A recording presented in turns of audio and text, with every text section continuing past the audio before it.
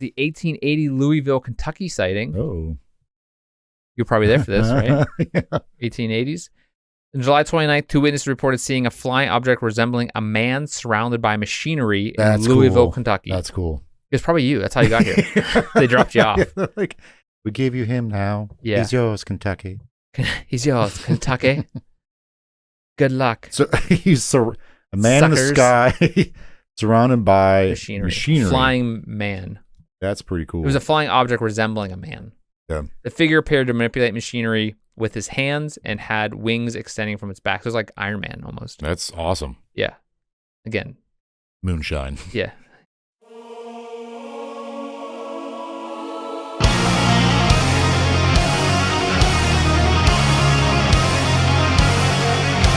Hello, everybody, and welcome to the Mysterious Pal Show. My name is Chris, and I'm here with my best pal, Jordan.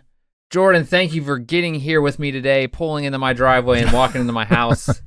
Takes it out of you. A lot of work. Yeah. At our advanced age, it's tough to get out of the car. Really, it's tough to just even want to get up off the couch. Yes. But thank you for being here. And today, I know the last few weeks have been a little weird. We had a two-part episode recently posted, and we had a guest for 2 episodes. So we're back in the new year, just rolling like the old days of a couple months ago when we started this thing. Mano y mano. So I know we're gonna jump right in here today. Today we're gonna be doing something a little different. Like usually we do, I'm gonna say believable, but like stuff that is not out of this world. I don't know the best way to say it. We've done some for a few times with like theories about things that we've talked about of like what happened and like possible explanations for these things. Yeah. We've gotten a little far-fetched with it, but most of this stuff has been usually around reality. Yeah. So I'm not saying today isn't about reality, but we haven't ever done a mysterious episode about aliens. No, we haven't. And that's cool. What I'm here to talk about today. I really wanted to do an aliens episode, especially when you start looking at like ancient alien stuff. Yeah. With that guy on the TV with the crazy hair. Yeah. Yeah. It's ridiculous. And some of the stuff's pretty far fetched, but it's still interesting. Yeah, sure. And I'm not going to say it's wrong, but today we're going to talk about something that is aliens could be one answer. Yeah, which is cool because recently there's been a lot of talk about aliens in our government, the United States government. Yeah. And I think, with all those things, they're like this really crafts, like probably drones, probably our drones or other drones, or not going to tell you what you're working on. Yeah. I always thought maybe, why couldn't they just be little aliens?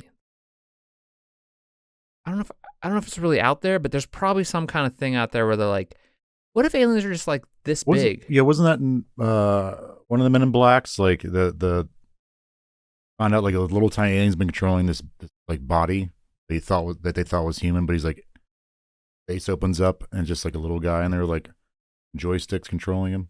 What? Is that Men in Black? I've only seen the first one, I think. Okay. Was there other ones? There was a second one I know. Was there a third one? Yeah, but they didn't have the same. Will Smith wasn't in it? No, it was Chris Hemsworth and Why wasn't you can't even call it Men in Black then? Stupid. It's garbage. They tried to do that RIPD or whatever. Yeah. That's dumb. I mean, other than what's his name was in it.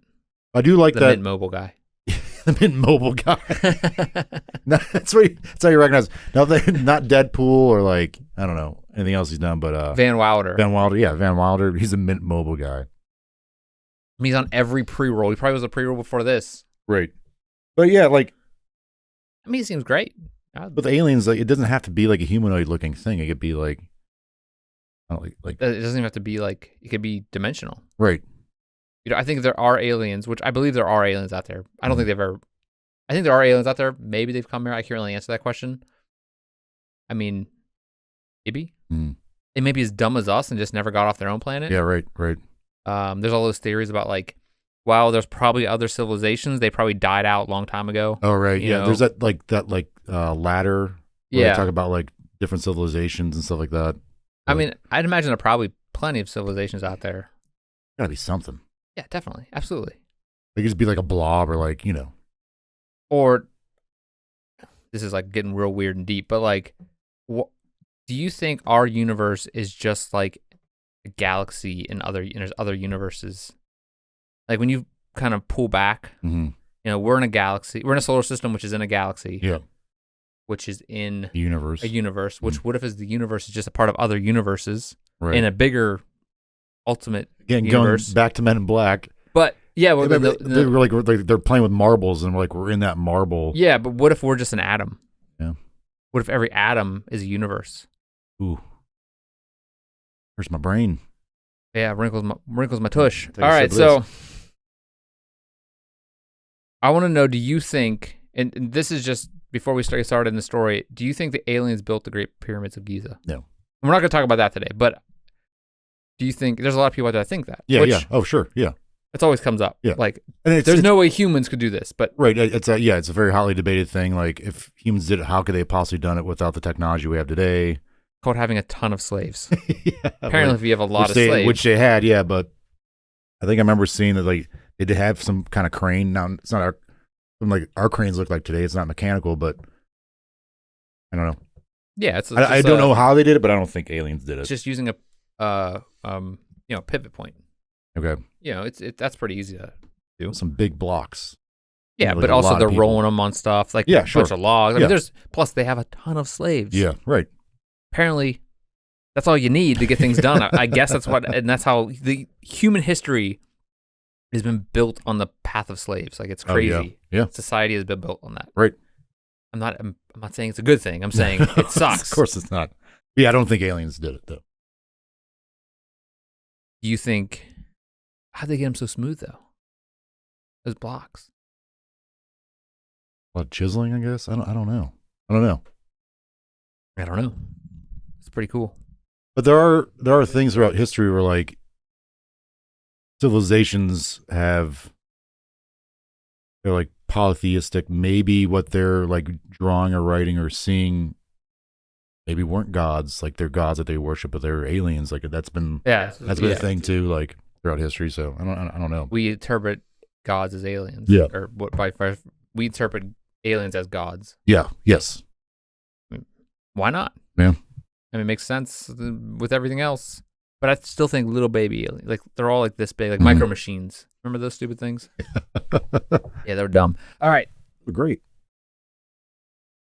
Yeah, but then you lose them or you step on them with your foot and this is stupid. And then I can find all my Matchbox cars I gave them to my kids, but like, I can never find, I had a billion micro machines. I did too. Yeah, I don't know what to do with them. They're probably all lost. Yeah. They're probably under. They got vacuumed up. Yeah. They're like, they fell in the little vents and went onto your. My parents got stepping on them, just threw them away. Oh yeah, that's what I do. I take one toy and put it in a bag, and then after a couple months, I like have a whole bunch. Like, every once in a while, I just take it. My kids don't notice if they don't ask for them. Like, you take it out. I just throw it in the garbage. There's so much stupid. Yeah. Toys are insane. Yes. All right, back to reality, right? So what we're going to be talking to today is something called a mystery airship, or was also mentioned or has been called the phantom airships. And it in 1896 and early 1897, this was something like a phenomenon. It was a wave, they called it. It was this wave of. So for like 1 year, or a little more, around a year. Yeah, it was this phenomenon going on in the United States from coast to coast. People were seeing these flying mystery airships, they called them. Okay. And when you start explaining, like, getting some of like and this is the late 1800s, and there's gonna be some reasons why there's gonna be things going on. We're gonna get into all that, but these reports were coming in as unidentified lights at night, while more descriptions portrayed them as vessels, kind of resembling dirigibles. Dirigibles. Okay. Kind of early blimps. Okay. A blimp is a dirigible. Oh, all right. Dirigible. And there's estimates that say, and from research that's been done about this kind of like phenomenon that happened in the United States, there was 100,000 individual reported sightings from between 1896 and 1897 during this, what they call the wave. Okay. The mystery airship wave. these reports come in from cities, towns. They're reported in all these different major newspapers, small newspapers, and it's what is seen as a precursor to the modern UFO like craze or claims. Yeah. Like a lot of what we report on today, like when people say like from especially the 60s and 70s, those reports and that kind of what they call that another wave. Yeah. This is kind of where it all kind of was like the first start of it in the United States. Interesting. Okay. And like these kind of things that people were saying kind of are used as a way to explain what was happening in later years. So it's interesting because like the UFO craze that started, at least in the U.S. with Roswell, that was like kind of right around the start of the whole atomic age. Yeah. So people start thinking about like science fiction starts becoming a thing, and like maybe that's in people's heads. So maybe what they're saying, they're like, oh, it might not actually be a UFO, but it might be something else. But like that idea of like science fiction and extraterrestrial stuff is in your head, but like popular culture. And yeah, right. But back then, like it was still a thing. Yeah. It was still happening. Science fiction was yeah. But it's interesting because like science fiction wasn't really Jules Verne, 20,000 Leagues Under the Sea. Those books were coming out. Okay. So as we come into that, we're going to go back to that when we get into like the discussion of like what was going on and why this is a mystery. Because you could just say like, oh, well, it's just people seeing, or it's this, or it's like it. It's like our government was like the Air Force wasn't even a thing then. There was military stuff going on. Okay. All right. Well, claims. So this is again, a lot of this is reported on, but there's also another thing going on with the kind of newspapers at the time. Yeah. And we'll go into that too. Interesting you said people are seeing this in cities, because a lot of times when you hear about UFOs, it's like it's out in the middle of nowhere, like one or two person like in a rural area see it, and they're like, but cities are seeing it. People in cities are seeing this. Multiple people, like a group of people are seeing them together, shared experiences, right? Especially in California, San Francisco, those areas. Okay. So there's going back to like what we're kind of like building up to. Some would say these could be inventions from an undisclosed genius or inventor who opted to keep his invention confidential. Some would say that this could be the pinnacle of, or the kind of, not the pinnacle, but like the kind of a race to conquer the skies of controlled flight, kind of powered controlled flight for humans. Although the Wright brothers weren't until 19-something, right? 1903. Yeah. So that doesn't really, people would say like, well, but that was a different type of flight. The dirigibles are still, we're going to go into what's going on with that. Technology. Sorry, you might go this, but what are the sizes of these things? They range in size. Okay. Mostly all big. And they're all of a certain time of day, like kind of all common theories. And someone actually later will go into it, mapped it out, all the sightings. Oh, really? And found out and like figured out a map that could have, of how it could have gone based on times and reports. We'll go into that. While I just mentioned that the race to conquer the sky for powered flight was going on, kind of just starting maybe in some ways or kind of continuing, there were people, we're going to go into this, making things that could fly, that were powered. Okay. But not like in like the way we like, not we like the Wright brothers, not a plane, yeah. but like these flying dirigibles were kind of really big at this time, like kind of like across Europe and America and stuff. This also could be a case of yellow journalism, because this was the era when newspapers were prone to printing fabricated stories so that they can sell newspapers. Yeah. So those are three major, like, I don't know what you call like columns or like tenets. Tent poles, thank you, of what this phenomenon could be about. And they could all be happen, or none of them could happen. Like they could all be true, or none of them could be true. Okay. So the question we're going to be discussing is the mystery airships of 1896: aliens, fake news, or human ingenuity. Are you ready? Buckle into my airship. Well, let's play the game. What's that show? Play the game? What game? Who's that guy? Al Borland says it. Family Feud. Oh, Family Feud. Yeah. That's not the Steve Harvey show, is it? He does Family Feud now. Okay. Yeah. I like his suits. Those are cool. I can't pull them off. I just wish I could dress nicely. I like ties. You got a sweet mustache.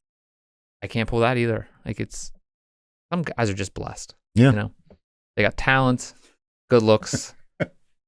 Steve Harvey's a great example of that. So in 1896, North America witnessed a phenomenon characterized by the sightings of strange lights resembling an airship. So there were lights too. We're not just talking about just some weird floating thing. The event spanned from San Francisco to Chicago and even into the East Coast. And it captivated thousands of people were involved in this. Like I said, 100,000 recorded sightings.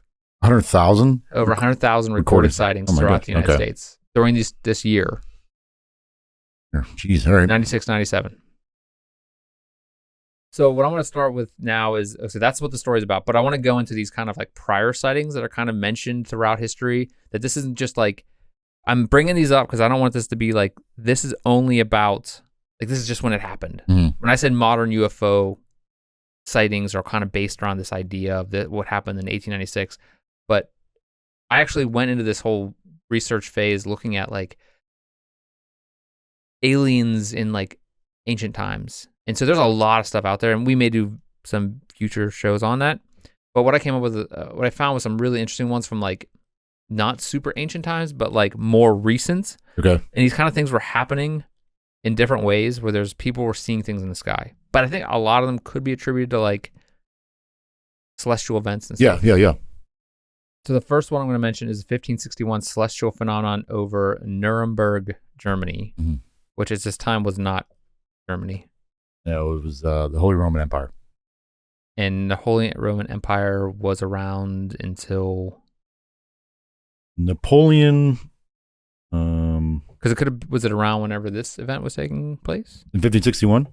No, the 1896 events that we're talking about. No, it would have been done at this point. Okay. Because Napoleon kind of decimated Europe, became emperor, and then the emperor of the Holy Roman Empire dissolved it.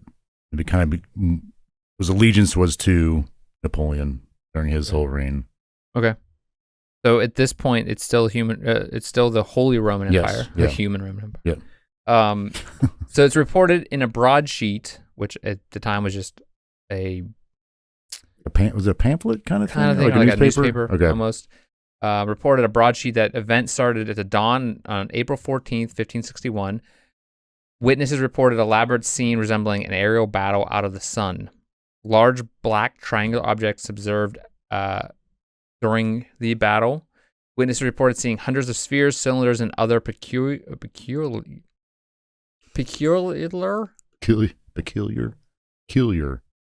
strange shapes and strange shaped objects.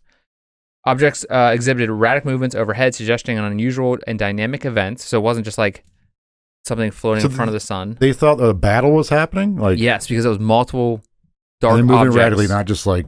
That's what they say. It's reported as erratic movements. You can still go read the broadsheet, and there was actually a woodcut illustrating the event that accompanied the broadsheet. So it was crosses with small spheres on the arms, with spheres on the arms, small spheres, two large crescents, and a black spear. These are all on the woodcut. I've seen it. It's really interesting. Maybe I'll put it in the video right now, or go look for it yourself, or I'll put in a link in the show notes. It's really interesting. It's like, it looks like something you'd see in the 1500s. It's like really interesting of like what they're trying to illustrate what's going on. Okay. It doesn't really help the story, but it's interesting to see what someone perceived it as. Because it's like, oh, some scientists look at this are like, oh, was this event or was this event? But there were cylindrical objects from which small spheres emerged, darting around the dark sky. Or the sky at dawn, sorry. The broadsheet claims that the exhausted combatant spheres fell to the earth in clouds of smoke off in the distance.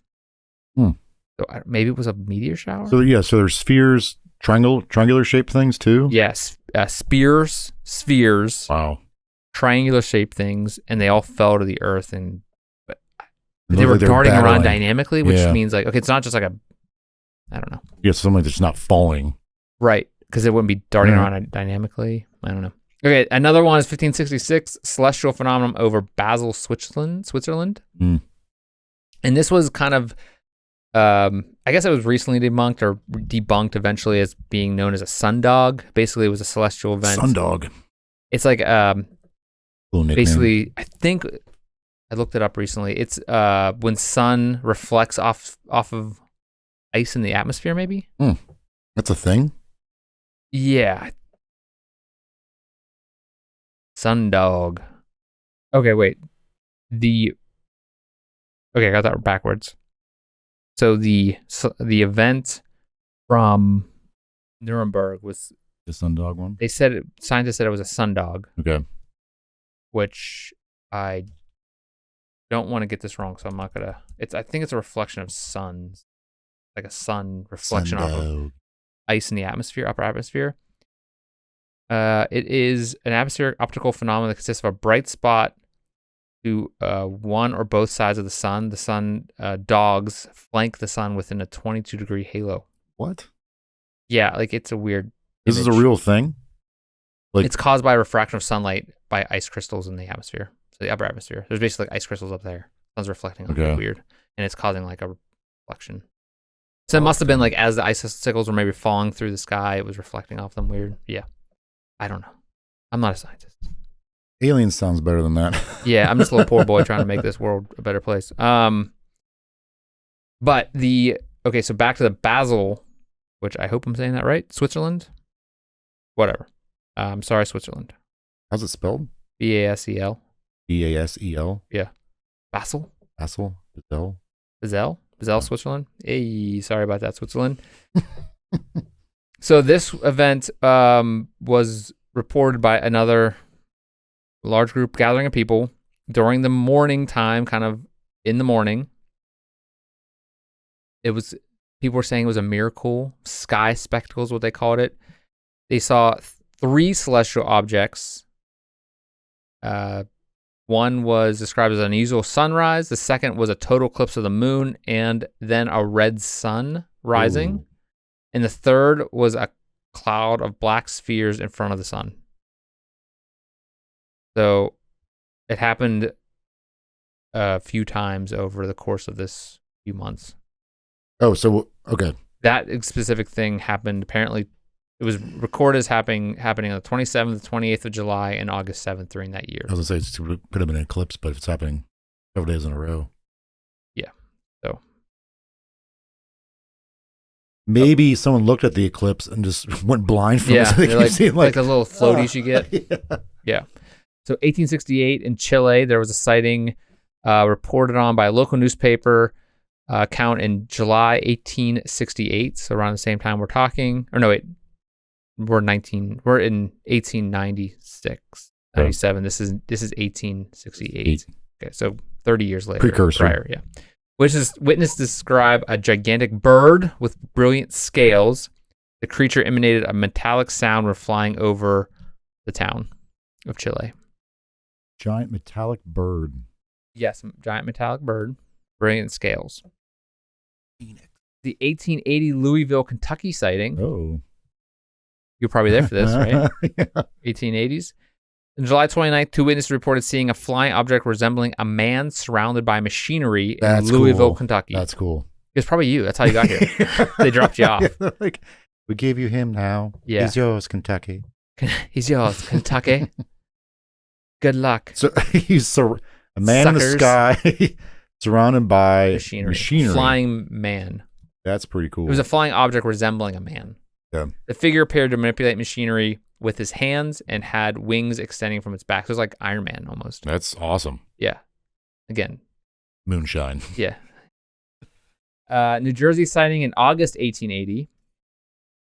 A month later, similar sighting occurred in New Jersey. Same robot man. Okay. Described in New York Times. And then he resembled a man with bat's wings and improved frog's legs flying around in the sky. Improved frog's legs? Yes. The creature waved its wings in response in response to a locomotive whistle. So in response to it, yeah. He's probably excited because he's doing this. And they did it. And he's like, yeah, thanks. Again, probably you. Yeah. Okay. This is so weird. Another in 1880. So this is like another wave, 1880. grouping. An airship sighting was reported by Jerome Clark in Mexico in 1880 and along the German-Polish border in 1892. And Jerome Clark, he reported on this. He was a American writer. He specialized in unidentified flying objects and other paranormal subjects. He appeared on ABC News, Unsolved Mysteries, A&E Network, and he discussed basically like UFOs, that type of stuff. So he's kind of part of that whole grouping in the, I mean, this would have been 60s, 70s, 80s, 90s. Yep. All right, so that's like kind of like prior. There's a couple other little ones in there. And there's some people that kind of discuss them and kind of bring in their own theories. But the multiple, like the ones that you just talked about, multiple people have like these are all multiple recorded sightings by newspapers. So newspapers, okay. Those are all recorded, not just like some guy scrumming some crap down. Like it was actually reported on during those times, those dates. And those are kind of around the time we're talking. I didn't really want to go too far back because there are some really cool ones we may talk about in the future of like armies conquering cities and like things coming down from the sky to like help them and stuff. So all right. Yeah, there's some really awesome ones out there. So back to our original story with the initial sightings happening in November 17th, 1896. So we can pass all those other ones we just talked about. Now we're jumping back ahead to what we're talking about in this episode. So November 17th, 1896. This is the first sightings that was described as part of this wave. So a rainy night in Sacramento, a bright light believed to be an airship appeared about 1,000 feet above the rooftops of the city. The Sacramento Bee and the San Francisco Call reported the first sightings, which had taken place on, again, November 17th, but the report was in the November 18th edition of their respective things. Witnesses reporting a light moving slowly over Sacramento in the evening of November 17th at an estimated 1,000-foot elevation. Now, the important thing to remember about this, you're like, oh, it's just a light in the sky. We have planes. We have planes. Yeah, right. There was nothing flying at this point in time. Yeah. I mean, it could have been some kind of projectile, like launched. It didn't really have like guided missiles or anything like that. No. We weren't. Literally, there was no powered flight technically yet. Right. That the citizens would have known about. Yeah. I mean, that's important to remember that we're going to get into that later. So some witnesses said they could see a dark shape behind the light. So they were seeing a light in the sky, which is same kind of stuff we hear about now from the 60s on. Lights in the sky. Yeah. And now this is like happening 1896. Things aren't flying yet. Right. Like we don't have flying. People aren't flying around yet, except for you flying into Kentucky. That'd be so freaking weird to see that, man. So a former street railway employee, R.L. Lowry, gave the most detailed reports of the event. He said he heard a voice from above call, and this is a quote, "Throw her up higher, she'll hit the steeple." That's a direct quote that he gave in this report. When he looked up, he saw two men seated on a bicycle-like frame pedaling up in the sky. Above them was a cigar-shaped body of some length. Lowry said that the thing he also had wheels on the side, like on a old steamboat.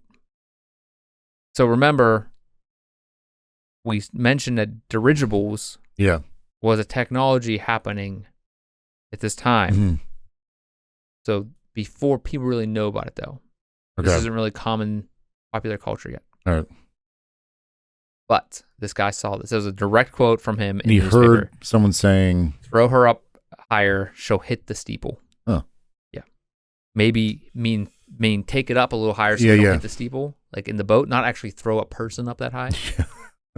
Okay. November 19th, which is 2 days later, 1896, an edition of the Stockton, California Daily Mail featured one of the earliest accounts of an alleged alien craft sighting. So Colonel H.G. Saw claimed that when driving his buggy through the countryside of Lodi near Stockton. So this is 2 days later from the original events, and this is reported on. But it was the November 19th edition So it was 2 days after the events, but it was still from this original event. Okay. So let's remember that. So he said he was driving his buggy to the countryside. He came across what appeared to be a landed spacecraft. Do people know what spacecrafts are at this point in time? Do we have that thing in our culture? I don't know. But we'll go back to Jules Verne and what's going on with him. Maybe that came up. Shaw described it as having a metallic surface which was completely featureless apart from a rudder and pointed ends. He estimated diameter to be 25 feet, and the vessel was around 150 feet total length. 3 slender, 7 foot tall, apparently crap, this word's going to kill me. Extraterrestrial. Yes. Yeah. Were said to have approached from the craft while emitting a strange warbling noise. Direct quote, emitting a strange warbling noise. The beings reportedly examined Shaw's buggy and then tried to physically force him to accompany them back to the ship. So alien abductions were happening back then. The aliens were said to give up after realizing they lacked the physical strength to force Shaw aboard. So these aliens flew down here from a different planet to grab one guy, but he just he's like, nope, no, thank you. Yeah, and maybe technology probably makes us all weak, right? Yeah. And then you're dealing with some tough guys from Earth. Will Smith comes at you. What are you gonna do? Welcome to Earth. Yeah, those little punks. Wasn't those guys were small little things inside those big things, right? In Independence Day. They weren't that small, really. I mean, they were like little boy size. Really? Yeah, because they were in those. They're like the things with all the arms. That was like exoskeleton or something. Oh. Because then they saw them floating. They were like human size and they had big eyes. Or like a little smaller than humans. Okay. Huh. Yeah, he's like, welcome to Earth, and punched them and they opened like. Right. Yep. He dragged them. Yeah. So you come down here, ruin my day. And he's like kicking them and stuff in the desert. And what's that smell? Man, he's awesome. Well, hey, it was a time. I'm on his side. Whatever. I'm on everybody's side. Chris Rock, whatever. The comedian. This guy. This is what this guy's saying. They tried to abduct him. He said no. They're too weak to get him. Then they ran back to the ship and sped away. He believed them to be Martians sent to kidnap an Earthling for unknowable but potentially nefarious purposes. So this was seen as one of the first recorded attempts of alien abduction. Okay. Oh. One of the first published, anyway. 5 days later, from the original sighting, so November 17th was the original airship sighting, these mystery airships, they came back. On 5 days later, November 21st. Trying to abduct someone else. 21st, 22nd. Yep. The light this time appeared from the northwest and went straight over the town, running against the wind. This is over the town of San Francisco. Okay. There was a guy named Jacob Zemensky. He had a small telescope and reported the lamp was an electric arc light of intense power. So this was a guy looked at it through his telescope in San Francisco. And again, this is all this stuff we're talking about here is recorded in newspapers because at the end we're going to talk about it's going to come back. Okay. He observed the light didn't move in a straight line, but seemed to bob with the wind up and down. Another witness with a field glass, which is a little telescope, reported to see a dark body behind the light. Again, same thing came up last time. So it's bright lights or lights with a body behind it. So common between all the. So when they're saying stories. a body, they mean like, are they saying like it looks like a body of a creature or like a body of like a flying body? Okay, like a rounded body. Gotcha. Okay. Yeah. It took 30 minutes for the thing to cross the city and disappear into the southwest. During this time, thousands of people observed it and observed this thing happening. All reported on. They were all reported their findings. And it also included a city's deputy sheriff and a district attorney of the area in California. The same night, the airship also appeared above other parts of California and up to 90 miles away. So it was between different parts, including San Francisco and other parts of California. It was about 90 miles was the range of people being seeing this thing. Okay. So we have a lot of people in between there. Over the next few days, airship sightings were made not just in California, but far away as Washington State and Canada. So Western Seaboard going up. Okay. So at this time, there was newspapers reporting on this event phenomenon at this first kind of wave that was part of the beginning of the wave. The newspapers reported the incident with captivating headlines such as, "What was it?" The term airship gained widespread recognition. So the term airship was kind of used as a common theme through all these stories. The newspaper went wild with some supporting idea of an airship, some ridiculing it. Stories began to suggest that the airship was a work of a mysterious inventor who was testing his device at night so that his ideas could not be stolen. Iron Man. Yeah. It didn't seem outrageous, though, because at this time, there were hot air balloons. Yeah. Balloons capable, but they weren't powered in the way that we know as like forward propulsion. Yeah. There was no propulsion systems. Yeah. Especially because most things were steam powered at this time. Right. We didn't have any other, there wasn't an internal combustion engine. You guys would say, when did that come around? It was early 1900s. Okay. Late 18, like probably around the time it was getting invented, I think. Sounds right. Yeah, because it may actually, you know what? Well, what about the locomotive? Like, that's a steam power. Yeah. Oh, right. Yeah. Didn't know this because I teach classes about it. I'm like 1860. Ooh, really? The internal combustion engine. Yeah, but it was also extremely. It had to be dangerous. Heavy. Oh, heavy. Okay, yeah. 1860, but then the first successful one called the Otto engine was 1876. So this idea of having a 2-stroke or 4-stroke piston engine. There were other type of engines this time, but they still needed like a way of powering it. So yeah. It really, at this time, it was so new that it probably wasn't being used to fly because it was probably super heavy. Yeah, yeah. Okay. I want to say these are just like the like a Zeppelin dirigible. Yeah. But wait, we're gonna get to that because that's what a lot of people say. It's one of the 3 main tent poles to hold up this tent of love that we have here. Love and friendship. Remember we went camping that one time, and we went camping a lot of times, but like there's those people pulled up next to us at the campsite, and like we were trying to help them put up their tent in the middle of the night. We kept on throwing their poles into the darkness. They're like, "Oh, I don't know, you have a pole." I don't know. That's so terrible, like so funny at the time. I think we eventually helped them out, but we did. Yeah. Oh, I don't know. I don't know where it went. Well, I just remember they're just kind of obnoxious. Yeah, we're trying to get them to not camp directly next to us. Yeah, I do. Yeah, I do remember that. Yeah, we're just like, oh, I don't know where it's went. Just whip. Yeah, like you might. I guess you gotta sleep in your car. Oh man, see you guys later. Yeah, college was awesome. All right, so the idea of balloons capable of carrying people wasn't really outrageous, but these people, like that one report was like a guy and 2 guys on a bike, right, pedaling, forward propulsion type of thing. And then the other one has like these, what are they, very tall things come out and like try 7-foot people, yeah, humanoid things. So over the next couple of days, airship sightings expanded beyond California, reaching Washington State, Canada, and other regions. This story of these things, these mystery airships, was starting to spread from California outward, fueled by newspapers. That's how we recorded it, though. But again, that's how that's what news was at the time. Yeah. So it wasn't like there's someone making a YouTube video talking about this crap. Yeah. Like some weirdo sitting right here. That's how information was disseminated.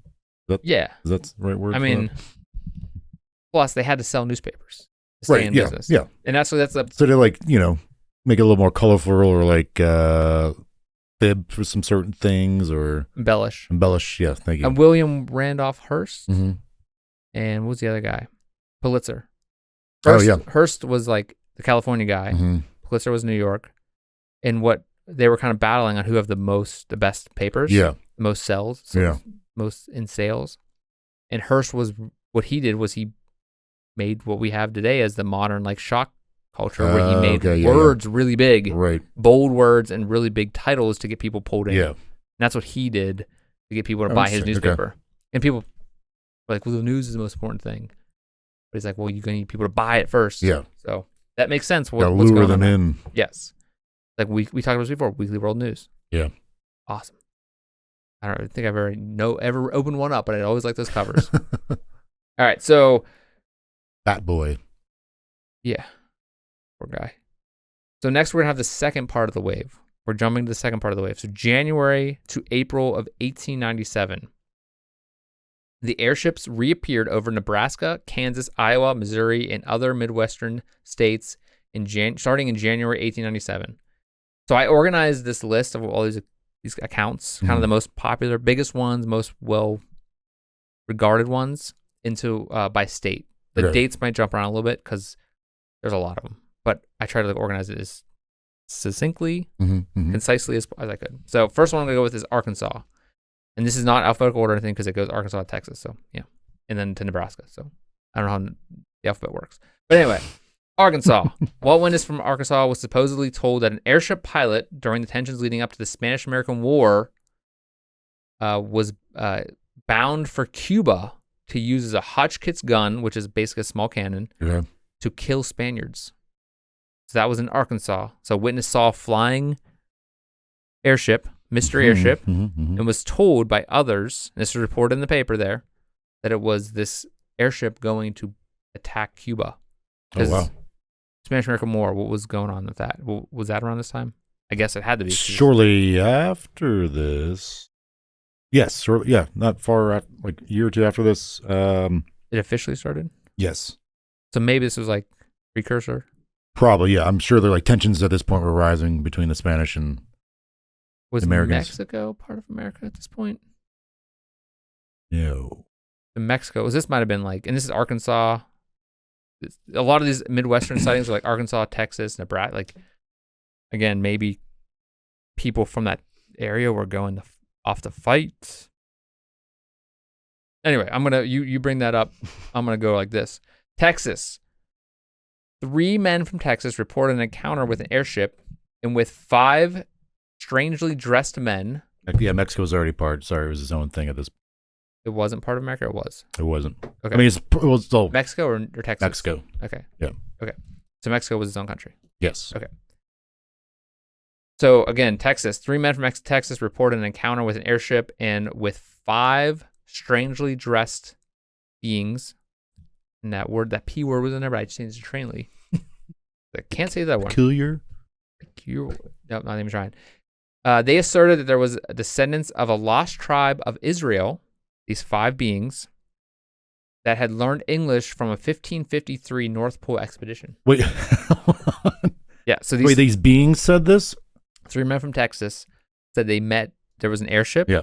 During this wave. Yeah. Yeah. There was an airship that landed, talked to them, and it was these 5 beings came out, strangely dressed, and said they were from the lost tribes of Israel, and they learned English from a 1553 North Pole expedition. It was 300 years prior. Okay. Right. April 19th, 1897, in Aurora, Texas, the Dallas Morning News reported that a couple of days before, an airship had smashed into a windmill belonging to a judge, and then it crashed. The occupant was dead and mangled, but the story reported that the presumed pilot was clearly not an inhabitant of this world. There was also strange hieroglyphic, which is a quote, figures on the side of the wreckage, and it resembled a mixture of aluminum and silver, and it must have weighed several tons. The story ended by noting that the pilot was given a Christian burial in the town cemetery. I think later MUFON went and tried to look the story up and figure it out, and they debunked it kind of. Okay, I was gonna say, did someone go dig this? They debunked that part, but a judge was the one who reported this. Again, this is all in news reports, a lot of it. All right. We're gonna jump to Nebraska.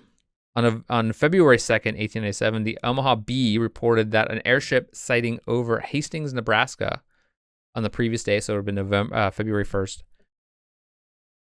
That was just they saw one from multiple reports the day prior, so it was in the February 2nd edition of the Omaha Bee. Okay. On April 16th, 1897, again in Nebraska, a story published in the Table Rock Argus claimed that a group of anonymous but reliable witnesses, always a great thing, had seen an airship sailing overhead. The witnesses claimed that among the passengers was a woman tied to the chair, a woman attending to her, and a man with a pistol guarding their apparent prisoner. Oh, so is this airship just wide open or like? Hey man, I wasn't there. Next time I'm there, I'll let you know. Before the witnesses thought to contact authorities, the airship was already gone. So, I mean, how long? Of course, yeah. At this time, though, they're not like, are they going to run all the way to the authorities? Whatever, you know. Next, still in Nebraska, was the Albion Weekly News reported that 2 witnesses saw an airship crash just inches from where they were standing. The airship suddenly disappeared, with men standing where the vessel had been. The airship pilot showed the men a small device that was supposedly enabled him to shrink the airship small enough to store the vessel in his pocket. Oh. That's pretty cool. Pretty cool I was just beat the crap about him taking that. Yeah. A rival newspaper, the Wilsonville Review, claimed, Wilsonville Review, playfully claimed that its own editor was an additional witness to the incident. Oh. And that he heard the pilot saying, "Waver F. Prof. Espiscus." Okay. Direct quote. The phrase he allegedly heard is "subscribe for the review," spelled backwards. Oh, wait. Okay. So, all right. Yeah. How convenient this editor was there. But this was a competing newspaper. Oh, right, yeah. So this is a competing newspaper. Like, it must have been a spoof. Like, he's just trying to mess with them. Yeah. Like, Okay. That's what you're saying. Okay. You're silly because you're saying these aliens are real. Yeah. And we're going to do this to kind of boost, kind of poke fun at you because you're our biggest competitor. Rival, yeah. Yeah. All right, we're going to jump to Michigan. April 10th, 1897, an airship was sighted in Alma, Michigan, followed by sightings from Benton Harbor, Holland, Niles, and Menden, which were all on April 11th. On April 12th, the airship was seen over Battle Creek in Kalamazoo, Michigan. We were in Kalamazoo. We were, great yeah. Place. Yeah. Michigan seemed great. Yeah. Awesome. An airborne explosion was seen in the pavilion, with alleged airship debris being found there and in nearby Comstock. The next night, a farmer living near Battle Creek claimed that the airship came within 100 feet of the field of his farm, and a wheel fell off the airship and was embedded in the ground. These sightings peaked around April 15th, but continued into early May. So, in Michigan, the sightings still continued with stories like this. I think it's interesting though. Like a lot of these people are seeing, they're using, like they're saying there's wheels, and they sell someone with a gun, like a pistol. Mm-hmm. I mean, they're also, as humans, we try to like. Right. That's what I'm saying. Like they're trying to. They don't have like the information we have now of like flying things. Right. So I'm trying to like as you're people being strapped to someone being strapped to a seat is called a seatbelt. Like right. Yeah. Right. Just using like what they know of that time to explain what they're seeing, I think is interesting. Yeah. Yeah, I think it's again they're using the wheel fell off and landed around. Like when they said like a lot of like these ships have like metal aluminum kind of like our planes metallic like they we'd be able to be like, oh, that's clearly a plane, obviously, but like back then they're just like, how do we describe this with what we like the knowledge that we have, what we don't have, like right. It's like a flying cow. Yeah. It's cigar shaped. Right. We're gonna jump to Missouri. April 10th, 1897, the St. Louis Post-Dispatch published a story reporting that one W.H. Hopkins encountered a grounded airship about 20 feet in length and 8 feet in diameter near the outskirts of Springfield, Missouri. The vehicle was apparently propelled by 3 large propellers and crewed by a beautiful nude woman and a bearded man, also nude. Oh. I mean, why don't aliens need clothes? Yeah. Seems like that's like the ultimate. They're beyond clothes. Right. Yeah. Like eventually humanity might get there. But, the chains of shackles of clothing. Which I'm not saying we should all. I quite enjoy my clothing because it's nice and toasty. We're in Missouri now, right? We're going back to Missouri. So Hopkins attempted with some difficulty to communicate with the crew in order to figure out its origins or figure out who they were, right? Just trying to communicate with them. Eventually, they understood what Hopkins was asking of them, and they both pointed to the sky and uttered something that sounded like the word Mars. So people are interacting with these aliens. And correct. That's interesting. Okay. Yes. Now we're going to jump to Minnesota, which I always forget if, like, is Minnesota a state? Yes. Minneapolis, Minnesota. Yeah. I always think it's Minnesota, Minneapolis. Like, I never know. I'm always going to look it up. Yeah. And what's the other with the Twin Cities? St. Paul. Do they actually look the same? No. Why do they call them Twin Cities? Because they're like right there. There's only a river between them. It won't be the same city. I don't know how that works. No. Midwestern people, come on, get your stuff together. Seems like just. Yeah, a river right between them. I don't know. I'll tell you this. I remember vaguely playing Sega Genesis with my dad. We're playing a baseball game. Okay. And the Minnesota Twins was the team on there. And I was like, why are they called the Twins, Dad? And he's like, well, son. Well, idiot. The Twin Cities. And I'm like, what? He's like, yeah, there's Twin Cities. The Twin Cities. And probably up until... Do you think they're just like mirrored off of each other? They were like, who would... I always thought, like, why would you do that? Growing up, I'm like, why would you do that? So stupid. Why would they waste that kind of money? Yeah. Yeah, they could have made. They could have done so much more. They could have gave me those things. Resources, right? Yeah, could buy me a better Sega Genesis TV or something. I don't know. Anyway, so back to Minnesota, which I hear is just lovely. Would love to visit. Out in the winter. Seems cold. Yeah. On the night of April 13th, Minneapolis papers carried an account of a physician from Rice Lake being abducted at gunpoint to care for the airship's captain. They took him to take care of the captain, which they're aliens. Why would they need a human physician? I don't know. You can fly all the way across the cosmos, but you got to get a human to fix you up. Yeah. Anyway, he was suffering from influenza. I guess maybe they picked up this thing on the on the ship. alien. They came and took this physician aboard and said, "Fix our captain." Okay. But they're aliens, unless they got influenza from being here. Maybe. Like World of Worlds. I was going to say, they breathe their air. Yeah. You got the flu. Sorry, you're going to have diarrhea. Yeah, again, common theme in human history. After a struggle, the doctor escaped by leaping from the airship into the lake 40 feet below. However, the Rice Lake chronotype gave a more realistic account of events in which the doctor fell into the lake as a result of breaking through the ice while trying to cross, and not from the airship-related reason. So they said, like, no, he actually just fell through the ice, and he was saying that because he was probably drunk.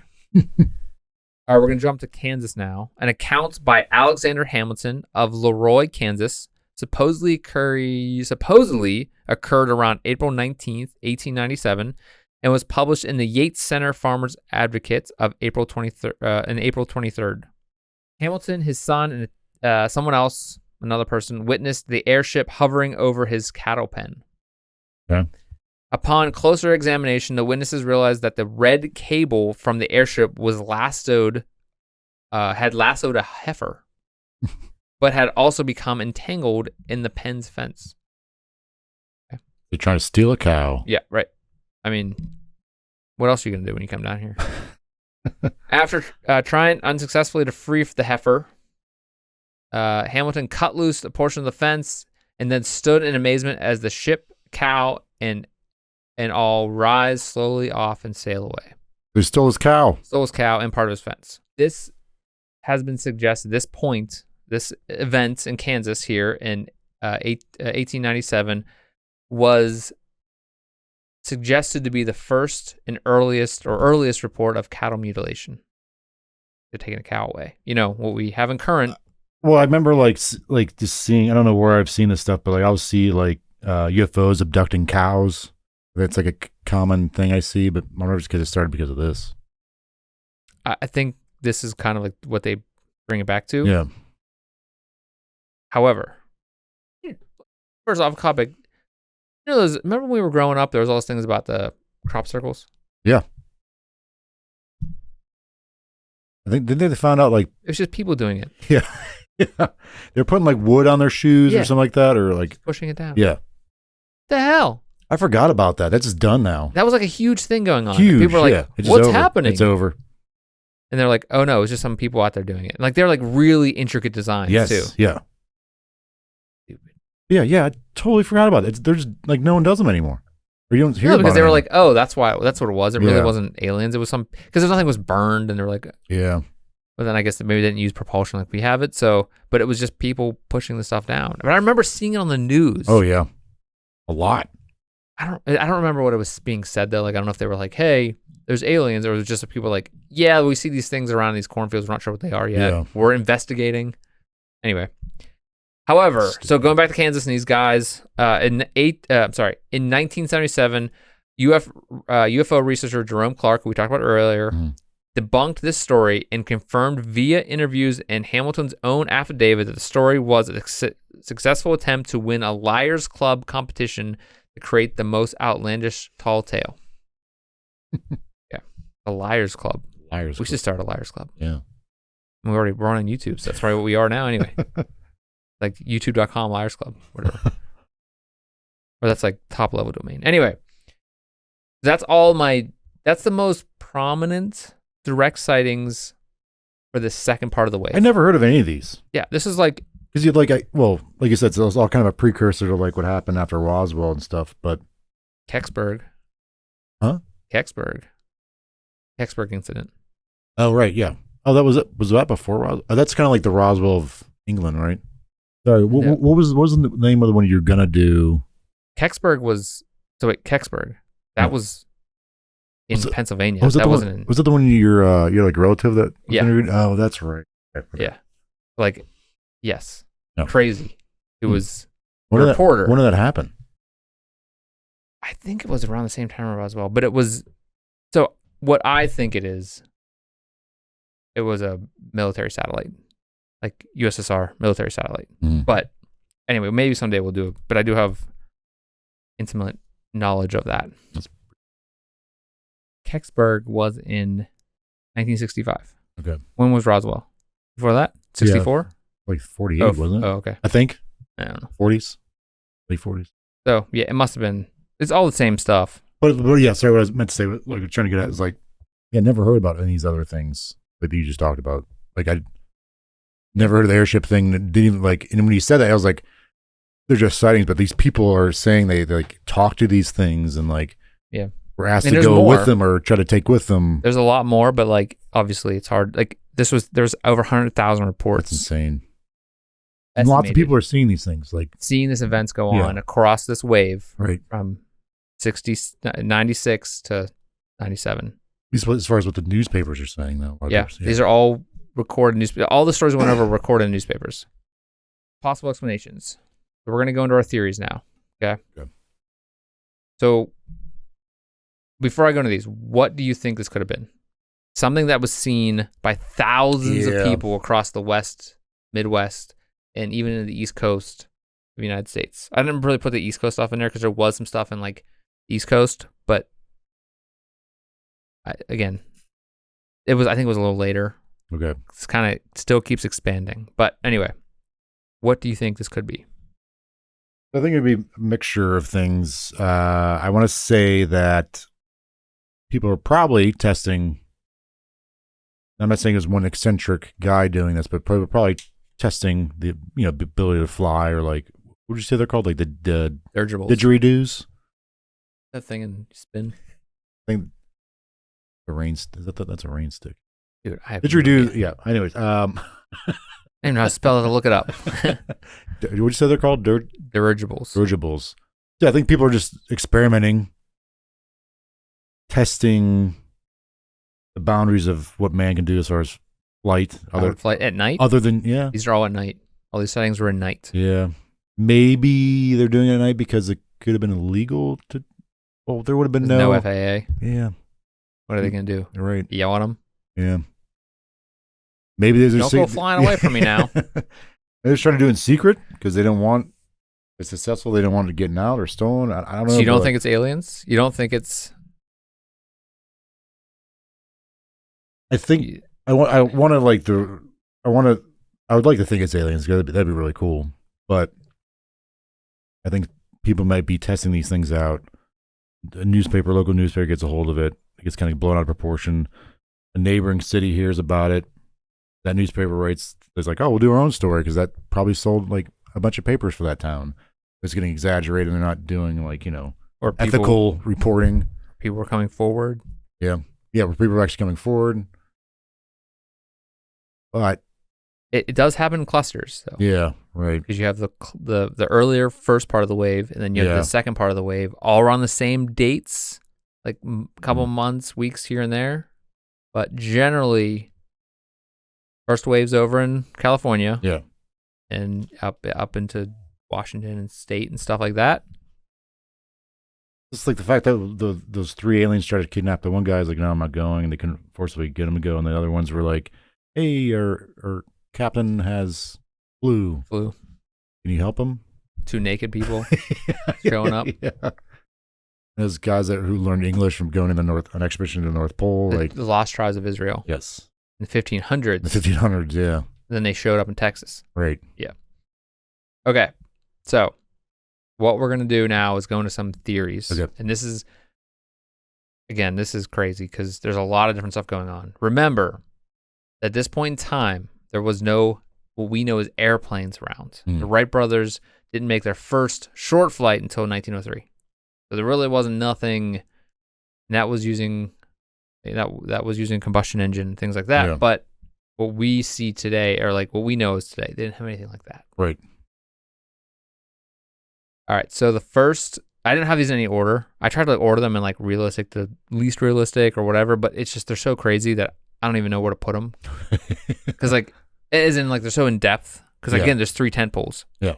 But then there's also, all of a sudden, hey, gotcha with a little gut punch, because there's the 4th tent pole, which is just kind of boring. It is it's kind of boring.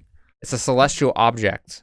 Specifically, Venus was emerged as a plausible explanation due to the brightness and potential to appear in unusual specific atmospheric conditions. So Venus is usually really bright, but I don't think it'd be as bright as this. And then you can see Venus with your naked eye. Yeah. And sometimes it is big. What they used to say, like, it's like I don't know if it's Venus or like some planets shining off the ground and swamp gas and like causing all these reflections, and it's not really aliens or. Oh yeah, swamp gas and everything. That was Blue like, Book and stuff like that. It goes into like the thing I wanted to do originally when I set out to do this was the Rendlesham Forest incident, and then and then you go into like what was going on with Operation Blue Book and like how they were messing with that one guy. We'll go into that stuff later, but like how they were just messing with a guy and he was feeding a lot of this into the popular culture. But anyway, so that's like my 4th tent pole, which is kind of like I just want to push that tent pole back. I'm going to throw that into the woods like we did to those people, because that was kind of like, It seems like it's, yes, I've been in the middle of the woods. I've seen Venus. It's bright. Yeah. But it's not as bright as like people are saying this is. Yes, right. Right. And it's not landing and letting being naked people in there. If it was, pretty rad. No, but anyway. Diarrhea. Okay, so here's the tent poles, all right? First one we're going to go into is fake news. So there was a book by Robert E. Bartholomew. He's one of the major people, one of the major books debunking a lot of this stuff. Okay. He has a lot of really in-depth kind of research on it. But again, with any research, he also could be wrong. I mean, it's just general research. Sure. He looks at a lot of like the research for like the reports and looks at like kind of psychological issues and socio-cultural issue things going on, and it's like kind of comparing and contrasting things. Okay. I mean, it's very in depth. So it's called The Airship Hysteria of 1896 and 97. Robert E. Bartholomew, with the links in the bottom there for this video or podcast feed, whatever. So articles in the Detroit Free Press and Sacramento Bee played a role in sparking the first sightings of the 1896 wave. So that was basically going back to the Detroit Free Press and the Sacramento Bee. He was also talking about yellow journalism with these kind of stories and newspapers typified the period and contributed to the wave. So they were kind of like, as one started writing about it, others started writing about it. And we've talked about yellow journalism before, but explain it. I think it's just like sensationalism. Yes. But I think this is a little worse because there's not really ethics involved. It seems like it's more or less just like we gotta sell this paper any cost kind of thing, where we'll smudge some things, not really be totally 100% factual for the sake of selling, pushing this paper for money. And I think I even read I'm pretty sure that's what it is. And going back and reading some of this other stuff about it, or about specifically how yellow journalism related to this, was that idea that 8 editors at this time in the 1800s expected their readers to be smart enough to discern from news and non-news. So what kind of the theory was, and I guess it really obviously didn't work out too well. But that was kind of what I got from this reading. And I think it even goes into like what William Randolph Hearst was fighting up against, and kind of the idea of like just saying things and not having to back them up and everything. But anyway, something where not like it obviously changed for the better because it doesn't happen now, right? Never. Yeah. Throughout these waves, newspapers reported highly speculative stories contributed to the airship rumors. This is, again, Robert E. Bartholomew in his book. In December 1896, an editorial by William Randolph Hearst claimed fake news or fake journalism led to the airship stories. And he said, fake journalism has a good deal to answer for, but we do not recall a more discernible exploit in the line than the persistent attempt to make the public believe that the air in its vicinity is populated with airships. Now he claims the whole airship story was a myth. And that was William Randolph Hearst. Yeah. But didn't he play a big role in?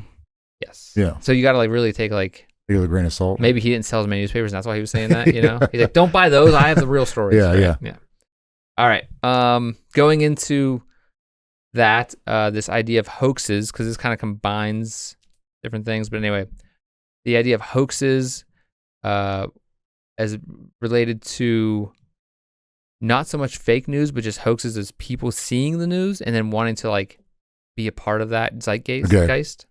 These people reading these stories in other newspapers or reading newspaper stories and then making their own, again, across this. Again, they were happening so maybe, I don't know why it happened so it did, it's the first part of the wave and the second part of the wave. Yeah. But anyway, people were using, or could have, and have reportedly used balloons with candles tied to them, let them off into the sky, kites with lanterns tied to them. Other people may have created crash sites complete with debris to say oh, look, one of those crashed here. Basically, people heard the news and wanted to get involved in it, wanted to be part of the story. Yeah. So that's part of is part of that temple of fake news, but also not. But it's fueled by fake news. People were just they heard it and they ran with it, and they were like, "Oh, look, this also happened here. Look, we saw these lights." And yeah. And it could have been someone else playing a trick on them, right? Or it could have been them making it up. Another one, here we go, is what I call and what could be called a collective public delusion due to popular culture. And this goes into the technology or human ingenuity side of it. Okay. So again, going back to Robert Bartholomew, airship hysteria of 1896-97, he attributes ambiguity, anxiety, and excitement fueled by the wave of sightings.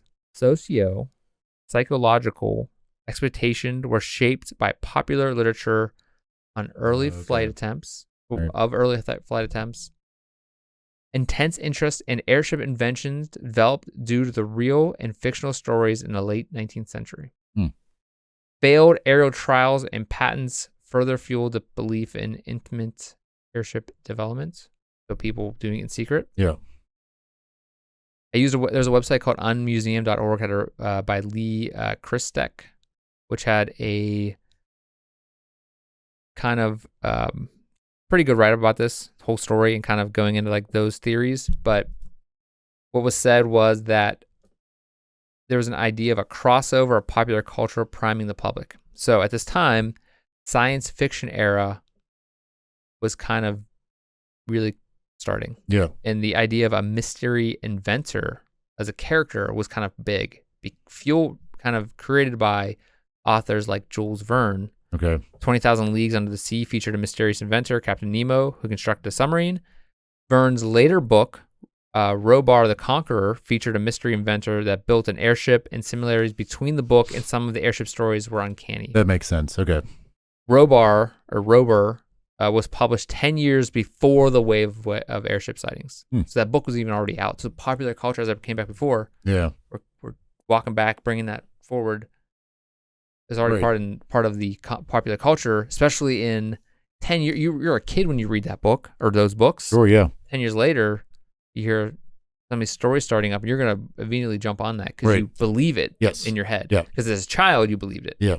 as a possibility, not really understanding what fiction and nonfiction was. Mm.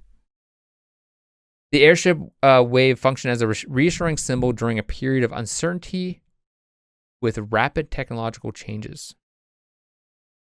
Airships were seen as a positive influences reflecting man's dominance over the skies. So during this time in the late 1800s, we had a lot of things technologically happening, even though we today think of them as like garbage. But that makes sense, because like you mentioned earlier, like once we figured out, like once the atomic age happened, like that technological advancement of like what you can do with splitting an atom, not just making bombs, but like we're progressing like that. And then more science fiction has because of that, like flying cars get involved with that, UFOs. So like that makes sense. Rocket engine. Yeah. So that makes total sense that like this same thing happened back then. Space races going on in the 60s, yeah. So it makes sense with even like back then, when they like 1896, 1897. We like, just don't see it as that. Right. So they're going through the same, they're kind of went through the same thing. Yes. And I think that's really interesting that there's this kind of like thing going on in popular culture. And it's also like mirroring like, or yeah. And almost like we're kind of this at this time there was like this technological change. I mean, this is the time when they're starting to figure out, hey, maybe we should put our poop pipes under the cities. Like this is literally guys going around this time trying to figure out how to put pipes under cities that are already established because people would stop getting sick if we do that. Yeah. And this was like the early 1900s, late 1800s. They were trying to do this in America and all around the world. Yeah. Poop pipes. Yeah. Basically put that stuff underground so we won't get sick. Yeah. Weird. Yeah. Who would have thought? Yeah. It wasn't until like the 50s or 60s they stopped smoking in the like hospital emergency rooms. Or like even part of the 70s. Oh, you're sick? You got a cough? Yeah. Oh, okay. Hold on. I'll it's open up weird. Real Take quick. this. Yeah. Oh God. Yeah. I think that's dropped my cigarette butt in his chest. Basically, you have this perfect timing of technology, literature, that makes sense, and practical engineering that are possible coming together at one point in this kind of like takeoff period. Well, there's that machine man with the frog legs. That was just you. Takeoff period. Well, we don't. I mean, again, who saw it? Like, who was the person that saw these things? I mean, again, two different places though. Yeah, right. Yeah, because it was Kentucky, then Jersey. Yeah. This guy was just scooting across the sky. So that's kind of like this idea of like popular culture. Mm-hmm. It's separate from fake news, separate from the newspapers. This is like popular culture, technology coming together. Yeah. And like we're having this kind of like wave again, like this kind of like rise in dirigibles, things like that. Mm-hmm. Also, when did that what's up 80 days that 80 days around the world. Around the world in 80 days. Yeah, that I'm sure that was written around or done. That would have been in like the cultural zeitgeist of people's minds. Yeah, because that was like it wasn't a powered device. So we're gonna go to the next like tentpole thing I'm gonna go into. It's powered flight that we're talking about, not just a hot air balloon, which is kind of directed by wind. Yeah, but I'm just saying like that's in people's minds too, like what man's capable of doing, what can we do next. 1872. Okay. Published in French in 1872 by Jules Verne, same guy. Oh yeah. He kind of just like rode one. He had like one direction, just kept on going. He just kind of changed a few things here and there, tweaked the little thing. Good job. I was in the sky. Now we'll go underwater for the next book. Verne. Hey Verne. Who was that from? It's Ernest. Ernest. Yep. Man, why do you say that? His name was Verne, wasn't it? Who's Verne? Was it the filming guy? Like who was Verne? Verne was the. He's always just saying Verne, right? Verne. Wasn't one of the guys? I don't know. Right. I remember seeing it a lot. I haven't watched this in a long time. Was that movies or was it a show? There were movies. Did he do a show? I'm thinking of Pee-wee and Ernest. I think they're two different people. They are two different people. Okay. Vern, he always would say Vern. Wasn't it? Who's Vern? I think it was one of the guys in the show. You can put a comments who the hell Vern was. Who the hell's Vern? Hey, Vern. I know who's going to respond. That, Karen. Yeah. To change our username, though. Okay, now we're going into the mystery inventor theory. Again, this is a possible theory. The dirigible, and I may be saying that word wrong. I think it's dirigible. Don't really know. Don't really care. Anyway, the dirigible was an airship built in France in 1852 by Henry Gifford. Oh, I'm sorry, the Gifford dirigible, the first powered and steerable airship to fly, 1852. The craft featured an elongated hydrogen-filled envelope that tapered at the point at each end. Remember they mentioned a cigar-shaped thing? Yeah. Well, okay. From this was suspended a long beam with a triangle sail-like rudder. Triangle rudders. Yeah, at the end and beneath the beam platform, the pilots and the steam engine. So it's a steam-powered, which seems like a weird thing. Yeah. Due to the highly flammable nature of the lifting gas, special precautions were taken to minimize the potential for the envelope to be ignited by the engine beneath it. In September of 1852, Gifford flew the airship flew over 27 kilometers, 17 miles. Took around 3 hours. 3 hours. Again, I mean, that was probably a rocket. It was a record. Yeah. Okay, so... He made this thing in 1852? It was 1852. Okay.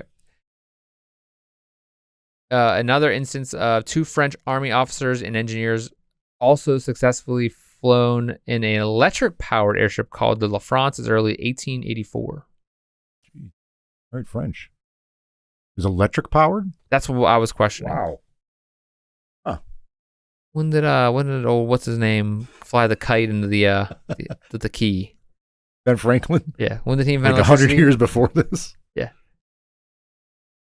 Electric powered. Wait, 1592 Ocean Blue. Christopher Columbus did the two-step. Chrissy C. Who? How? So that was, hey man. Okay, electric. All right, that's cool. I'll have to go back and look at my research on that one. But there was also at the same time, however, around the same time as the French flying people. There was so 1852 was the Gifford dirigible. Mm-hmm. And then in the Solomon Andrews Arion, which successfully flew in 1863. He was from America. Okay. So he flew one in 1863. The Arion, I think is what it's called. Do you think these are being like highly publicized? Like word is spreading about stuff like this? Just wait. Or is it kind of more of a local kind of thing? Pull the reins there. Okay. Spaceman. Pump the airship brakes. Yeah, Spaceman. Get off the bike. Stop pedaling. Yeah. So, there was a book by Michael Busby. Bublé. Michael Bublé. Great drink. Michael Busby. It's called Solving the 1897 Airship Mystery. His 2004 book, he analyzed the flight paths and airspeeds from old newspaper accounts and found the evidence consistent with 3 separate airships flying in the Texas skies. So there's a map I'll put on the screen right now, or put in, I don't know, maybe if I have time. His research led him to conclude that they were built in Iowa by a group of people originally from California. Yeah. That's why. That's where everything started in California. Okay. This is just a theory. Not saying this is right or wrong. And this is a quote from him. 3 individuals investigated in this chapter may be the connecting threads between the various airship mysteries we have examined, 1840s to 1897. Dr. Solomon Andrews, Willard Wilson, and Dr. Charles Smith may have been designing, building, and flying airships from the 1840s on. And that was a direct quote from his book. Yeah. And I just mentioned Solomon, who built the Arion, which was recorded as flying in 1863. Right. Yeah. Powered flight. We're not talking about just an air balloon. Powered flight. He concluded, so this is back to Michael Busby. He concludes that one airship crashed in Aurora on April 17th, 1897. Another crashed off the Gulf of Mexico a few days later. And a third perhaps flew north to New York, where it also crashed at the sea on May 13th. So he's like, this is his theory, is that here's all these different accounts of flights, and here's the explosions, and this is maybe where these 3 specific ones may have crashed. Were they done at night, like all these other ones are? Do you know? He didn't really say. Okay. I mean, maybe I didn't get that far, or maybe I didn't pick up on that, but it seems like they were flown at night because they may have been secrets. Okay, makes sense. It also doesn't say they were flown during the day. 2 other airships the group built in Iowa met their demise in Michigan and Washington State. Yep. Respectively, and the aviators presumably died. So that's maybe why it wasn't really talked about. Okay. But there's a reason why we don't really hear this as like being real, because I'll talk about it in a second.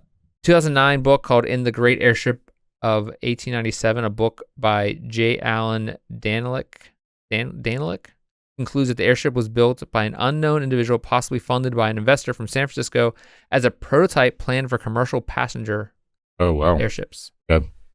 Danelick demonstrates that the craft might have been built using materials and technologies available in 1896. So he like figured out like, hey, this is what they had available. Mm-hmm. This is what they probably built it on. The ship he proposes was built in its secret to safeguard its design from patent infringement, as well as protect investors in case of failure. Noting that the flights were initially seen over California and only later over the Midwest, he speculates that the inventor was making a series of short flights moving from west to east, and making a series of and following the main railway lines for logistical supports, and that it was these experimental flights that formed the basis for many, though not all, of the newspaper accounts in the era. Interesting. Danelick also notes that the reports ended abruptly in mid-April 1897, suggesting that the craft may have met with a disaster or it was shut down, like because the venture was over, wasn't successful, wasn't fast enough, couldn't carry enough crap, whatever. Following the railway lines, I really like about that. Because, and it was at night. You couldn't do it during the day, that type of stuff. Like maybe they weren't used at night, whatever. Okay, last part of this tentpole is military technology. San Francisco attorneys, this is like well documented. There's a couple of different articles talking about these guys. One of them was notably called Airship Collins. And William Henry Hart emerged claiming to represent investors of the airship. They described the airship's features and capabilities, including the potential for a bombing mission. Reports of encounters with the airship's crew and claims of crashes and explosions added dramatic events to this narrative. So these guys said, hey, we are involved in that. These are attorneys? Yeah. These were attorneys? Okay. That they were involved in this kind of idea of building airships for military use, Spanish-American War. Right. Because other countries were developing it. Yeah. And during this time, I mean, there really wasn't that much of, it wasn't like there was news reporters out there like with cameras filming this crap. So you could probably just like, get away from me. We're doing it at night, that type of stuff. Yeah. And it seems possible, like, government was doing this, like federally funded. Or maybe not yet. Yeah. Or, there's this a couple eccentric guys who are like, let's build something. Yeah. So we have these kind of, again, fake news, this common cultural phenomenon of like technology, popular culture all coming together for this new technology of flights, powered flight, again, business. Like people are always inventing crap that we don't hear about because it fails. Yeah. Companies are always, like literally always doing this. I saw a company recently that I work with for different stuff with my school, and they were like talking about all these things that they've been developing for years, and like some of them are never going to come out. And he's like, yeah, we spent 10 years on this, couldn't get it to work where we can make money off it, make it viable. Yeah. Business viable. We're like, yes, it's an amazing technology, probably could save things, but it's not going to make money. I mean, we see this with pharmaceutical companies and all kind of engineering companies, but like this idea of like possible military, maybe these guys are developing it for the military, that type of thing. Yeah. So,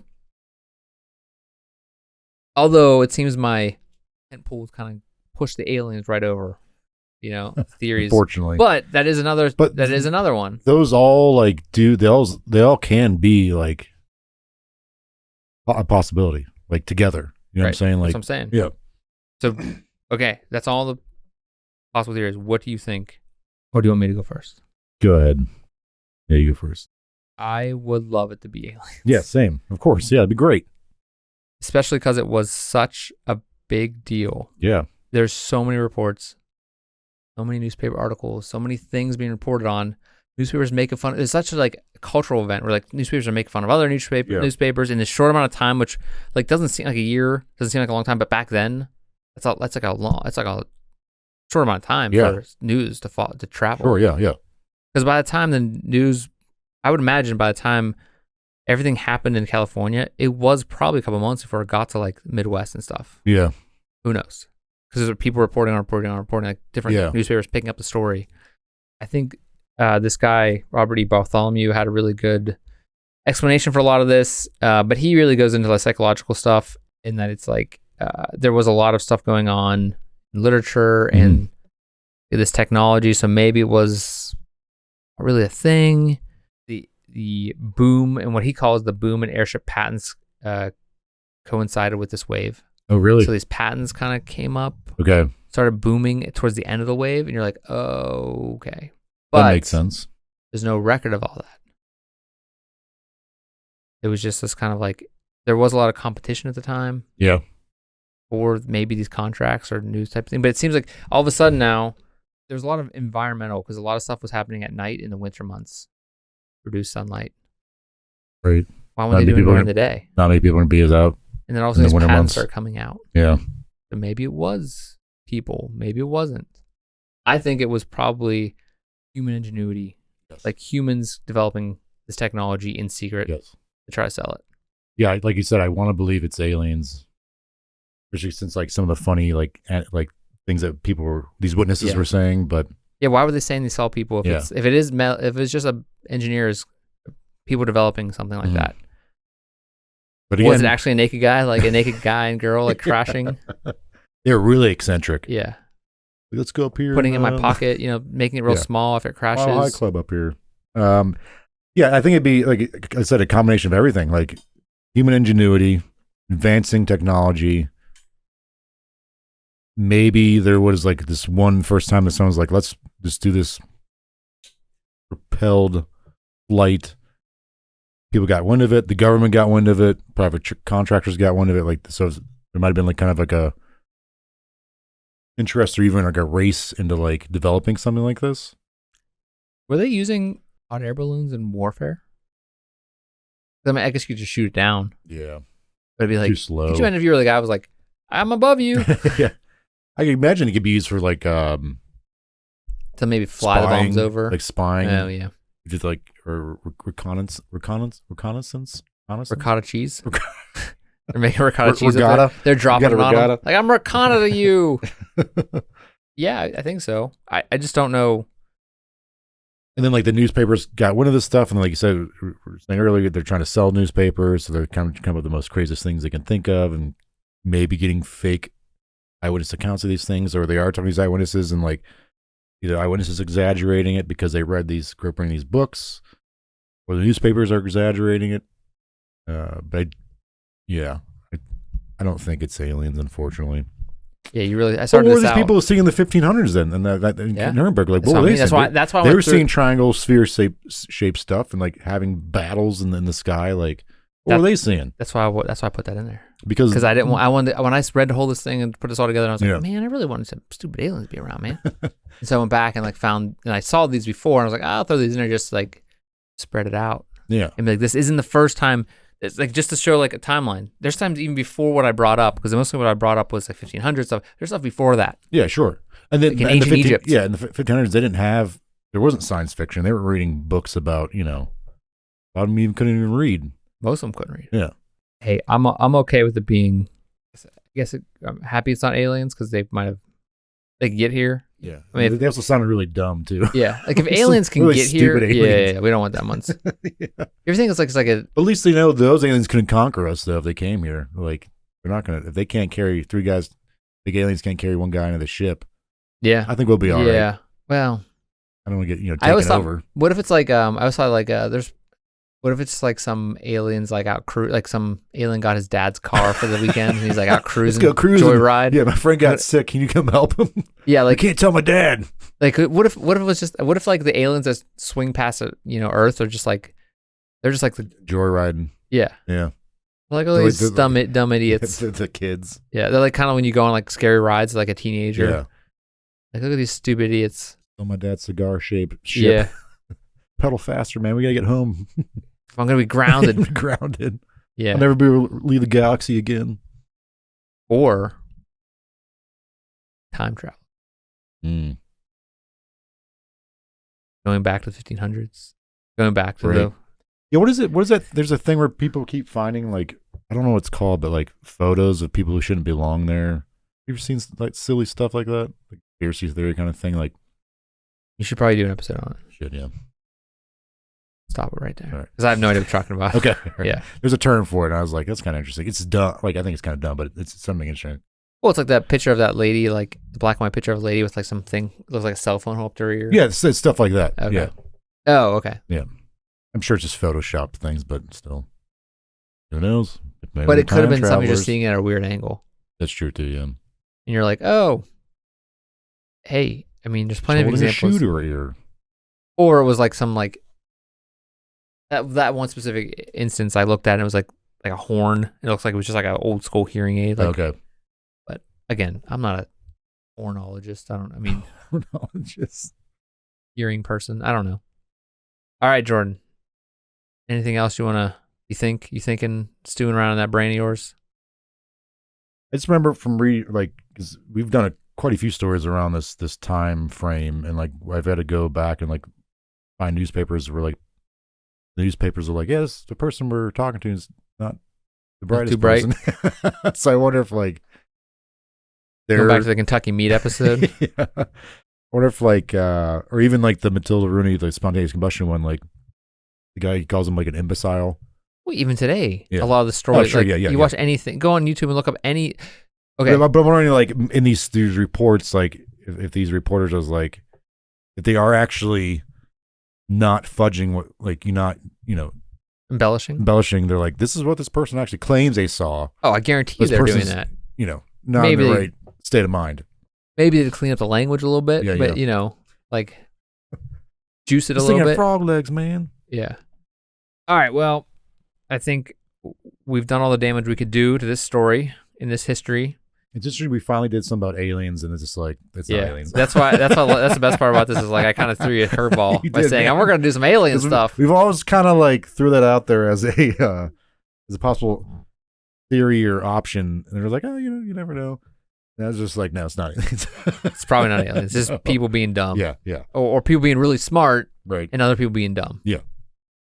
Because again, these people who are seeing this stuff they're bound by their time, right? They don't have they've never seen anything like this before, so they don't have an explanation like we would today for seeing a plane. They don't have the advanced knowledge or the knowledge of it to put it into their own terms. Sure, yeah. I think it's very common. A lot of things throughout history probably. Oh, sure, yeah. Like technology advance. Like imagine you take like a computer back and show someone like from the 1920s. Like they probably crap their brain right out their butt. Yeah. You don't know. Thank you for being here, Jordan.